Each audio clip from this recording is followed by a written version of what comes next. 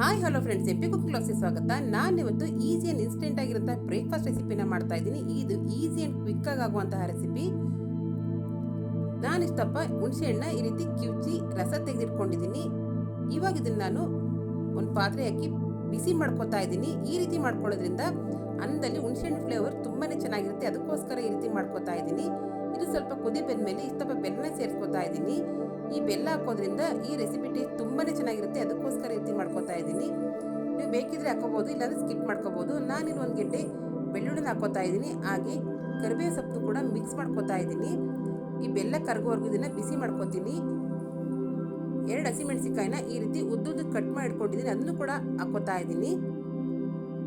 ಇದಕ್ಕೆ ಅರ್ಧ ಸ್ಪೂನ್ ಅರಿಶಿನ ಪುಡಿ ಕೂಡ ಹಾಕೋತಾ ಇದ್ದೀನಿ. ಇದಕ್ಕೆ ರುಚಿಗೆ ತಕ್ಕಷ್ಟು ಉಪ್ಪನ್ನು ಕೂಡ ಸೇರಿಸ್ಕೊತಾ ಇದ್ದೀನಿ. ಸ್ವಲ್ಪ ನೀರಿನ ಅಂಶ ಕಡಿಮೆ ಆಗಬೇಕು, ಅಲ್ಲಿವರೆಗೂ ಇದನ್ನ ಫ್ರೈ ಮಾಡ್ಕೋಬೇಕು. ಈ ರೀತಿ ಒಂದ್ಸಲ ರೆಸಿಪಿನ ಮಾಡಿ ನೋಡಿ, ತುಂಬಾ ಚೆನ್ನಾಗಿರುತ್ತೆ. ಇದು ಈಸಿಯಾಗಿ ಕೂಡ ಆಗೋಗುತ್ತೆ. ಇವಾಗ ನಾನು ಇದನ್ನ ಮೀಡಿಯಂ ಫ್ಲೇಮಲ್ಲಿ ಇಟ್ಟು ಇದಕ್ಕೆ 1 ಸ್ಪೂನ್ ಜೀರಿಗೆ, 1 ಸ್ಪೂನ್ ಮೆಣಸು, ಅರ್ಧ ಸ್ಪೂನ್ ಮೆಂತೆ ಕಾಳನ್ನ ಹುರಿದು ಪುಡಿ ಮಾಡಿಕೊಂಡಿದ್ದೆ, ಅದನ್ನು ಕೂಡ ಮಿಕ್ಸ್ ಮಾಡ್ಕೊತಾ ಇದ್ದೀನಿ. ಇದಕ್ಕೆ ಒಲೆ ಮೇಲೆ ಒಂದು ಪ್ಯಾನ್ನ ಇಟ್ಟು ಎಣ್ಣೆ ಬಿಸಿ ಆದಮೇಲೆ ಇದಕ್ಕೆ ನಾನು ಸಾಸಿವೆ ಚಟಪಟ ಅಂತ ಸಿಡಿದ್ಮೇಲೆ ಕರಿಬೇವು ಸೊಪ್ಪು, ಕಡಲೆಬೀಜ, ಉದ್ದಿನಬೇಳೆ, ಕಡಲೆಬೇಳೆ ಹಾಗೆ 2 ಒಣಮೆಣಸಿನಕಾಯಿನೂ ಕೂಡ ಹಾಕೊಂಡು ಈ ರೀತಿ ಗೋಲ್ಡನ್ ಕಲರ್ ಬರೋವರೆಗೂ ಫ್ರೈ ಮಾಡ್ಕೊತಾ ಇದ್ದೀನಿ. ಅನ್ನ ನಾನು ಮೊದಲೇ ಮಾಡಿ ಇಟ್ಕೊಂಡಿದ್ದೆ. ಈ ರೀತಿ ಉದುದ್ರಾಗಿ ಅನ್ನನ ಮಾಡಿ ಇಟ್ಕೊಂಡಿದ್ದೀನಿ.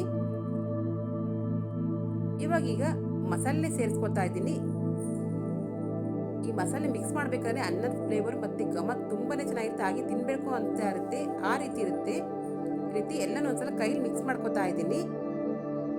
ಇವಾಗ ಹುರಿದಿರೋಂಥ ಕಡಲೆ ಬೀಜ ಎಲ್ಲ ಸೇರಿಸ್ಕೊತಾ ಇದ್ದೀನಿ. ನೀವೇ ನೋಡ್ಬೋದು ಎಷ್ಟು ಚೆನ್ನಾಗಿ ಬಂದಿದೆ ಅಂತ. ಈ ರೆಸಿಪಿನ ಮಾಡಿ ನೋಡಿ, ತುಂಬ ಚೆನ್ನಾಗಿರುತ್ತೆ. ಈ ರೆಸಿಪಿ ಇಷ್ಟ ಆದರೆ ಪ್ಲೀಸ್ ಲೈಕ್ ಮಾಡಿ, ಸಬ್ಸ್ಕ್ರೈಬ್ ಮಾಡಿ, ಹಾಗೆ ಸಪೋರ್ಟ್ ಮಾಡಿ. Thank you.